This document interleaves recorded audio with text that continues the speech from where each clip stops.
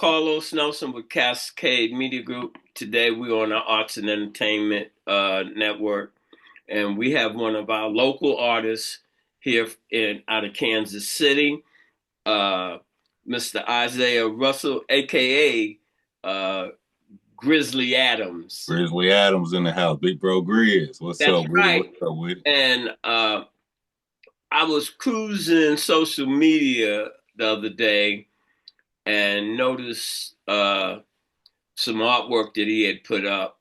And I said, let me get in touch with this artist. And here we are now. Welcome to the show, Grizzly. Thank you for having me. Thank you for having me. It's a pleasure to be here. I appreciate the acknowledgement. I'm curious, what piece, if you remember, did you see that caught your attention? I don't know. It was the one, a picture of a lady. I think she was standing next to the piece. It was something like the background piece that you have on the wall behind you. It was, Okay, that might have been my last commission piece I did. yeah. But without further ado, I'd like for you to go back to kindergarten, basically, and tell our audience a little bit about yourself.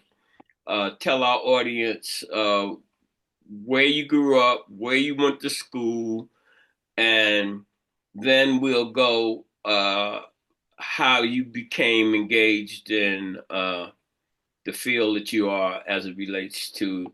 Are you one of the starving artists? I am a starving artist. Unfortunately, I am famished. I am famished I and a like little that. dehydrated. You need not Yeah, only can you paint and draw, you clever. yeah. So it's kind of a cliche almost. It's a little bit of a cliche being a starving artist. But in terms of going back, I went to elementary school at Sanford B. Ladd, right around the corner in my neighborhood. What's that? 36th and Ben. Yeah, 36th and Ben. It's all boarded up now, but yeah, Sanford B. Ladd is where I went to elementary school at. You know, I grew up in on 37th and College, so that's the neighborhood school. Uh, when I was a kid, to be honest, I didn't have like no exceptional art ability or nothing like that. I was just interested in it. Uh, so really, nothing really about elementary really stands out in that area for real, Mr. Nelson. But it was my god brothers actually. It was my god brothers. My godfather, Reverend Pleasure. He had two sons, John Pleasure and Terrell Pleasure, and they were both proficient in art. So during the summer and on weekends, when I go over there and spend time with them, I became more and more intrigued with art because I saw the things they were doing. They were doing big canvases and 3D work and detailed drawing with elaborate shading. So that's probably where my initial sincere interest came from. Tell our audience what year. When you tell your story, tell them what years it was. These Okay, things well, took place. let's see. Elementary school was early 90s. I'm an 80s baby. I was born in 1987. Uh, I was born in 1987 in KCMO. What would that classify you in all this Gen X and all these different names? I'm a baby boomer. What would you? Uh, I, I don't know if am I a millennial? That's what I think you are, I because think I'm a millennial. uh, uh, the the X they come after you. I think. Gen X. So Yeah. that's like 2K babies. All right, all Okay, right. I think that's the 2K babies in. Yes, I guess I'm a millennial. The last of the same people, I guess. Uh, Yeah, I told you you were clever. a little bit. But yeah, it was my god brothers that really initially got me really interested in the art. Just seeing all this cool stuff they was doing. Uh, I've spoken about it on other episodes that I've talked to people where my god brother John, he used to make these paper mache hands in different hand gestures and stuff. And I just thought that was real interesting because I'd never seen nobody do 3D work. Uh, and like I said, my god brother John, he was real good with drawing and shading, doing characters and stuff like that. Uh, it was kind of like middle school when I started to see my talent start to kind of show a little bit. I always had a big crush on Erica Badu back in the day. Like Had a big crush on Erykah Badu back when she was doing like On and stuff like that. So it was a picture of her in Essence magazine. If I'm not mistaken, it was Essence magazine. I said, I'm gonna do this picture. And it was like the first picture I drew where I was like, whoa, this looks different from all the other stuff I've been drawing. This don't look like all that other stuff. And I kind of got excited a little bit and I started going harder and harder and just putting more time and energy into it for real. So, what high schools did you go to? Uh, Initially, I feel silly. I went to transition into my high school. I started my middle school at Paseo for sixth and seventh grade, and I should have stayed there, but all my friends from my neighborhood went to Westport. So I'm kind of like, I'm a neighborhood kid, so I want to hang with my homeboys from the neighborhood. So I convinced my moms to transfer me to Westport, which in hindsight probably wasn't the best decision because at that time Westport was rough. Westport was rough. I'm gonna be honest. It felt like walking into dangerous minds. Hey, you in the hood. Yeah, it felt like walking into dangerous minds a little bit. Uh, but I made some dope friends there. But my transition in the part of my art, everything happens for a reason. I met Mr. Hancock there. Uh, I don't know if Mr. Hancock is still alive or not, but he was a real influential person in the art community. He had a real big African art collection at his crib and everything that he used to brag about. And if you went over there, he would show you all the cool stuff. And me, Sterling, John, and Charles, he took all four of us and walked us up to Paseo personally. And basically,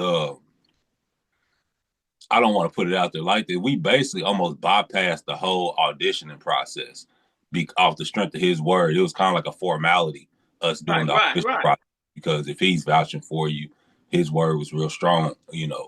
So Mr. Hancock ushered us into Paseo.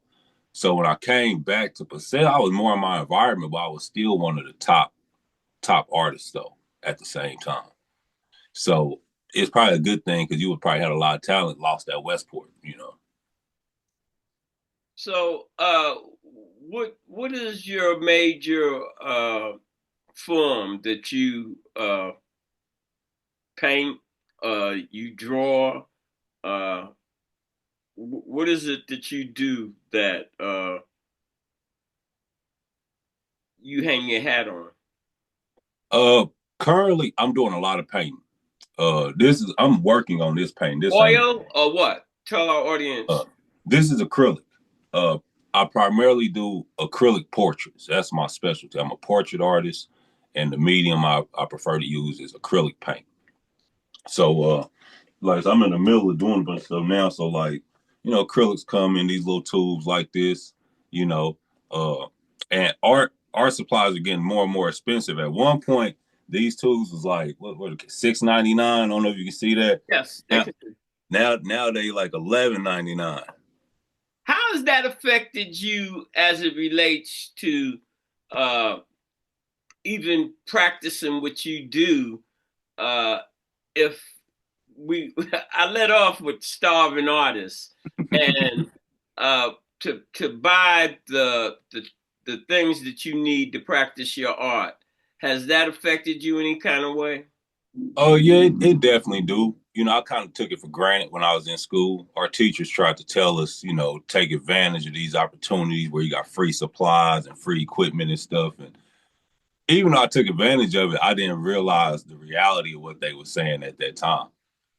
You know, So hold it. That's what I'm glad you said that because I have that in my industry when I bring mentorees on and uh, they don't pay for equipment, they don't pay for anything, and yeah. don't understand. They think when they graduate or what have you, they're gonna get out. They're gonna do what Mr. Nelson do. Big wake up call. Well, we hope the best for everybody, but it don't really work like that. Tell them how it worked. So when I was at Paseo, and I probably got spoiled being at Paseo because it's an art school, so they have good facilities, good equipment, more than enough of everything. We was able to mat and frame our own work and stuff there at no expense. So you don't realize how much this stuff adds up. I got brushes. One brush could cost $15, $16, and that could be on them.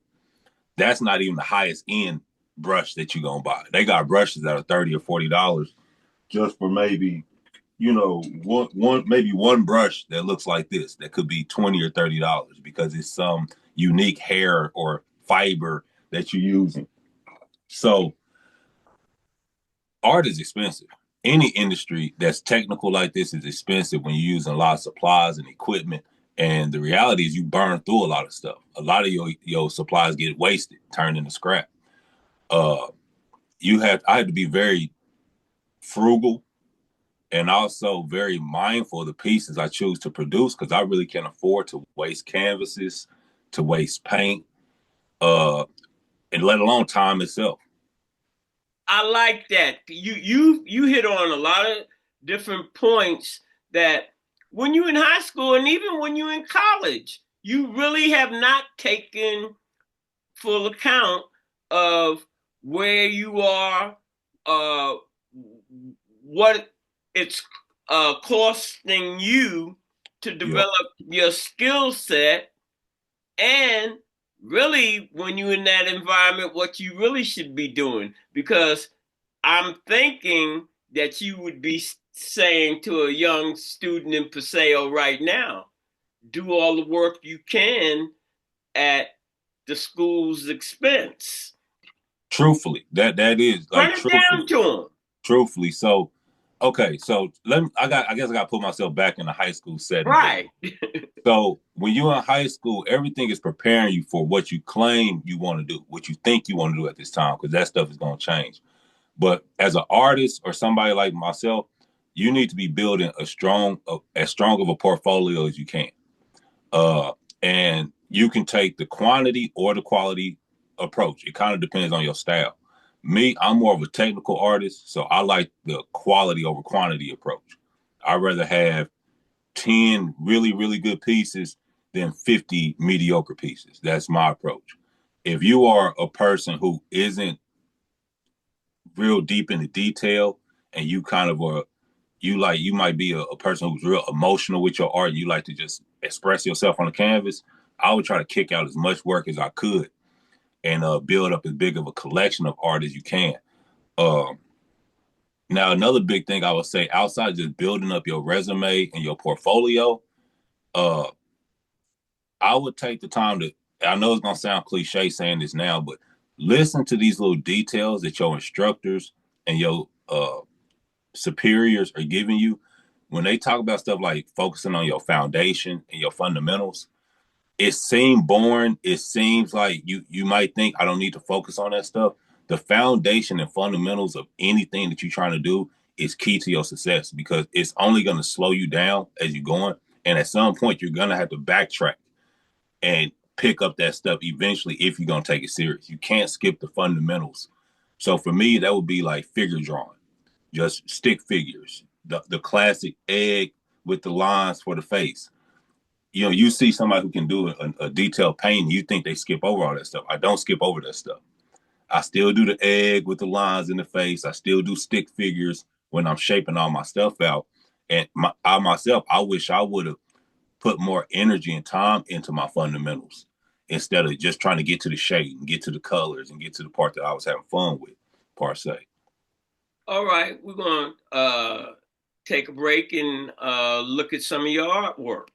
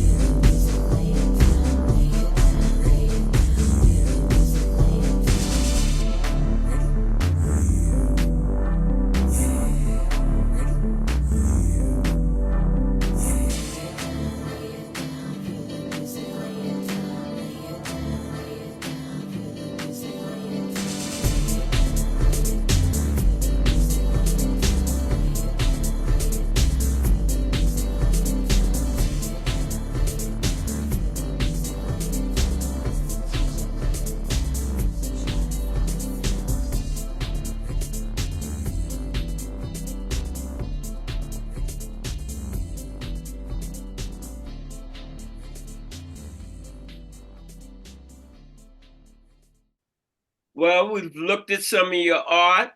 Yep. You've given some advice to the high school kids. I think you were saying wanted to give some advice on another period in a young artist's life. Yeah, I'll probably say the most important time for the group, like I'm talking kids in high school primarily a lot. So the one of the most important times is this period right after you graduate high school because you're thrown from being a student into adulthood. You know, you don't have if unless you go immediately to college, but you still got that summer break. You got a lot of freedom. You 18, you might have a job, you got little finances, might have a girlfriend or you know whoever you talk to. So this time period after you graduate high school is really important because it's so easy to kind of get lost in the flow of the world, which I feel like I did myself a little bit. Uh, One big thing was vacillating between what I really wanted to do with my life. Being torn between art and basketball was a big thing for me. Uh, you know, I always played basketball my whole life as well, and it's the old cliche saying that I always use is one man can do so much, but one man can only do so much. So you really can't afford to be divided if you want to be the best at something. If you want to be the best at something, you really have to go all in and be all about that. So once you graduate, that time immediately after you graduate, I would encourage people to go full speed into the field that they're trying to go into. Use the resources and network of people that you just left, these teachers, principals, vice principals, other top tier talented students along with you. Communicate with these people, figure out what opportunities are available for you.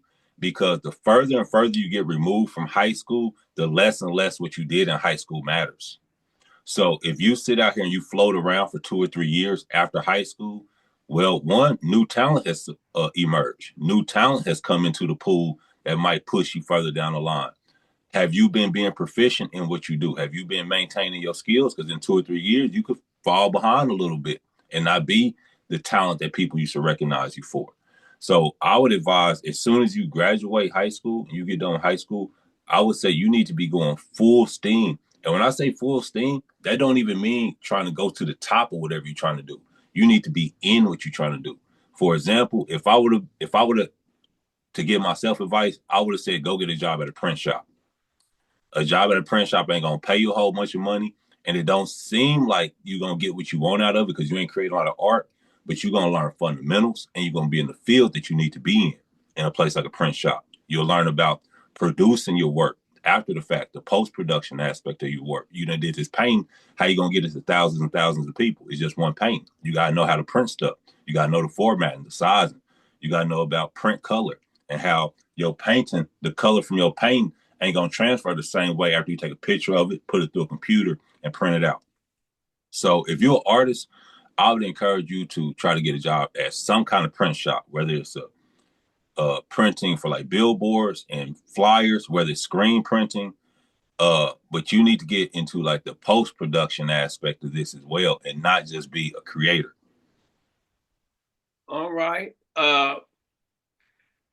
Before we close out, is there any other things that you would like to mention to our audience? And my one of my questions: where do you go from here? Well, I mean, I got plenty before I close out. To be honest, Run it down. I didn't want to be too long winded. I didn't want to go too long on Oh, one run. bro, this is all about you. It's about all about our audience. Uh, I like to think that Cascade Media Group is unfettered, unedited, and our guests on all our shows can speak in their own mind and their own. Straight up. And there's really no time limit on this. Okay. So, Well, I'll say this: that first portion is the more filter version of what I want to say. I guess you know you can play that in a classroom for everybody. So on a deeper level, as being a grown, mature person, I got 3 kids, but I'm still a loyal, faithful artist. It's hard out here because one of the hardest things is, to be honest, it's hard to find people that appreciate what you do. that appreciate the time and effort that goes into what I do. Because I started this painting yesterday. I've been working on this painting for probably 8 hours so far. Somebody will offer me $50 for this painting when it's done. And this is just 8 hours of my time right here. You wouldn't accept $50 for 8 hours of your time in no scenario, let alone a skill that you developed over the course of your life. So a big thing for me has been trying to find a market for my talent, which is something I'm still working on, to be perfectly honest. You know, you kind of feel like you prostituting yourself sometimes, to be honest. Like, I sold a piece. I don't want to say what piece it is because people might be mad at me, the people that follow me. I sold a piece for $100 that was worth way more than $100. Probably worth 2,500. At least 500, bare minimum 500. Yeah, well, it's no different from what I do. Now, how you gonna get on a show or something to talk about what you do and what have you, and then when you try to get advertisement or what have you, uh, people don't want to pay, but they want to see. They Yeah. want, and it's very difficult. And most of us do not, because we don't go into business and we get a paycheck. We really don't have an appreciation for entrepreneurs. Well, the job is dangerous. A 9 to 5 is dangerous because it gets you comfortable with something that's kind of unnatural, and you kind of, one thing I noticed at one of the last jobs I did have, uh, they were so used to being talked to like shit and treated like shit that it was natural for them to try to bring it to me. And I was like, I don't receive that. I don't, that's not how I let people interact with me. So it's the same way financially, with this 9 to 5, they trading you hours and hours of your time for less than what you worth. So you kind of project that on the other people. I like that you're speaking on that, because see, that's one of my major themes to people of color. You don't understand that you're living in this little matrix Yeah. where who feeds you is who you have your loyalty. You come home, you get with the people, the fellas and everybody, and you be like, yeah, yeah, yeah, yeah, yeah. But then you be talking out both sides of your mouth, because when it comes time to really, where the time meets the road, you go on with who feeds you, not Yeah. with your friends or your family. And it's a lot of short-sightedness in developing your own and that type of situation. So And let's move on to the next thing you want to talk about. next thing is just really being professional about what I'm trying to do. Cause I bounced around. Uh like I said, I had my interest split between basketball and art. So after high school, I took a little break after high school, which I don't really encourage people to do. I think I took about 2 or 3 years off. And I was out here BSing, floating around, had a girlfriend, we living together, playing house and stuff like that. And it's all counterproductive. I like So that, playing house. it's all counterproductive. Uh, so, the itch to play basketball came back really, really hard.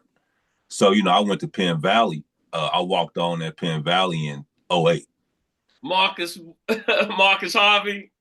Yeah, yeah. Coach Harvey was the coach. He And used to play for me when he came out of college. I used to sponsor a lot of things. Yeah, a lot of these word. coaches, Phil Morgan, a lot of these, I'm 73. A lot Okay, of these okay, coaches played for me back uh, when you didn't have no place to play.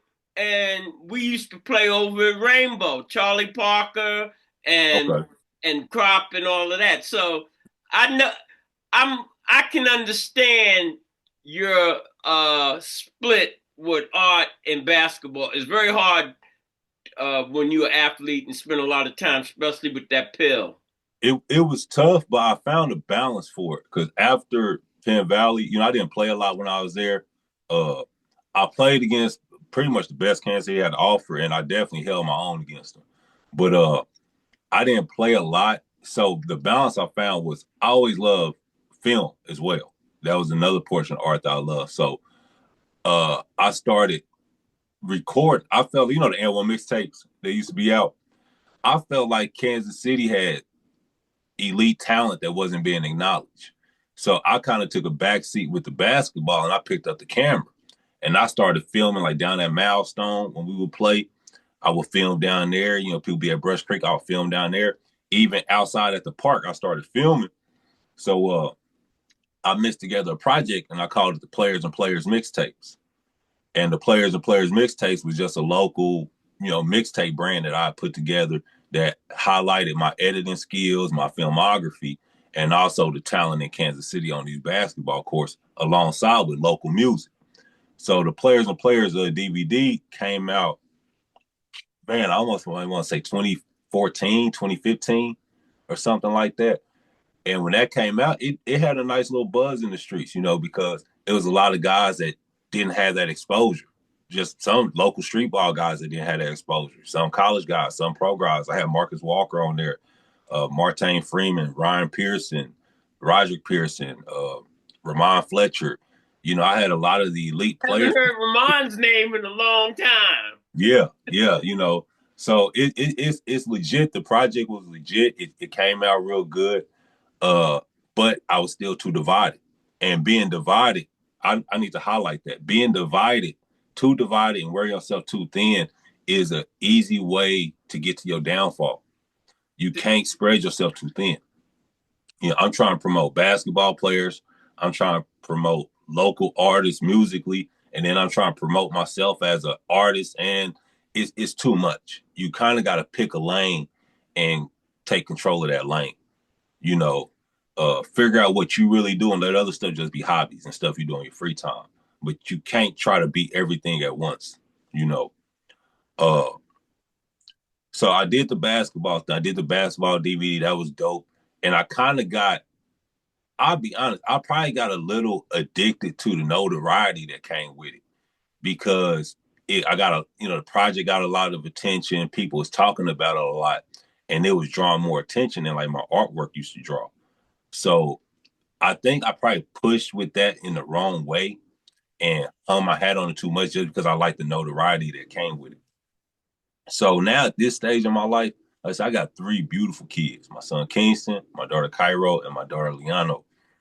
Uh, and now when I do stuff, I'm more mindful because everything I'm doing, they getting older and older, and I'm trying to get to where I'm trying to go to catch up to them. You know, as they, I want to be in a better spot by the time they hit middle school. You know what I mean? My son's only in second grade. He the oldest. So I'm trying to, get my ducks in a row so that I can produce the life for them that I think that they deserve.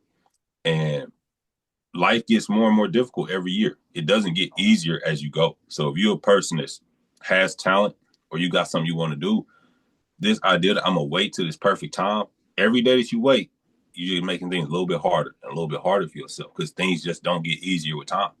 The best thing you can do is become more prepared with time, you know, but it ain't never going to be no perfect time. So with me, what I'm doing right now, I've had such a storm in my life these past 3 or 4 months because I have Crohn's disease. And I've suffered from Crohn's disease since I was about 17 years old. And in November and December, I was hospitalized for about 20 days between two different stints of about 10 days apiece, where I was in the ICU because they thought I was going to have to go to emergency surgery to get a piece of my intestine taken out. And during that time being in the hospital, I'm thinking about all these things that I want to do, and this is, like I said, this is recent. It's just now January. So this was like November and December when I was just in the hospital facing all this stuff. And I'm just laying up here in this bed thinking about all the stuff I want to do, thinking about all the time I wasted, thinking about all the stuff I could be doing, thinking about all the stuff I do if I get out of here. And then not only that, it was potential. They like, you could end up with a colostomy bag for the rest of your life.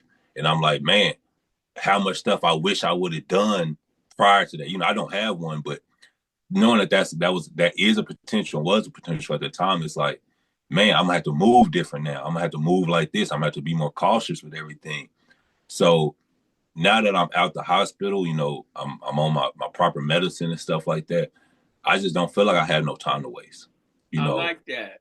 I think that's perfect really to end on. I am always trying to encourage young people you think you have all the time in the world, but you don't. You don't. And you don't know what's going to happen. I had just told one of my young mentorees that she does sports and what have you, and I keep telling them this. And you know what? She left. She left my place the next morning going to work. Totaled her car out. Almost. You know, you don't know what's good. You plan to do something, but nature, the world, anything can happen. You think everything's going to go the way you plan. Never does that. It don't work like that. It don't work Never like does that. that. You gotta be malleable so you can adjust to the situation. Right. So uh I'm gonna steal one of my partner's lines on you. It was a plum pleasing pleasure. That's Jim Watts. Popping peas out here. Yeah, Popping peas. plum pleasing pleasure having you on the show today. Straight But up. as we always close, when you invest in your community, you're really just investing in yourself. Good night. Thank you, Mr. Nelson. I appreciate you. This is brought to you by Kansas City Business Association, working to improve our community.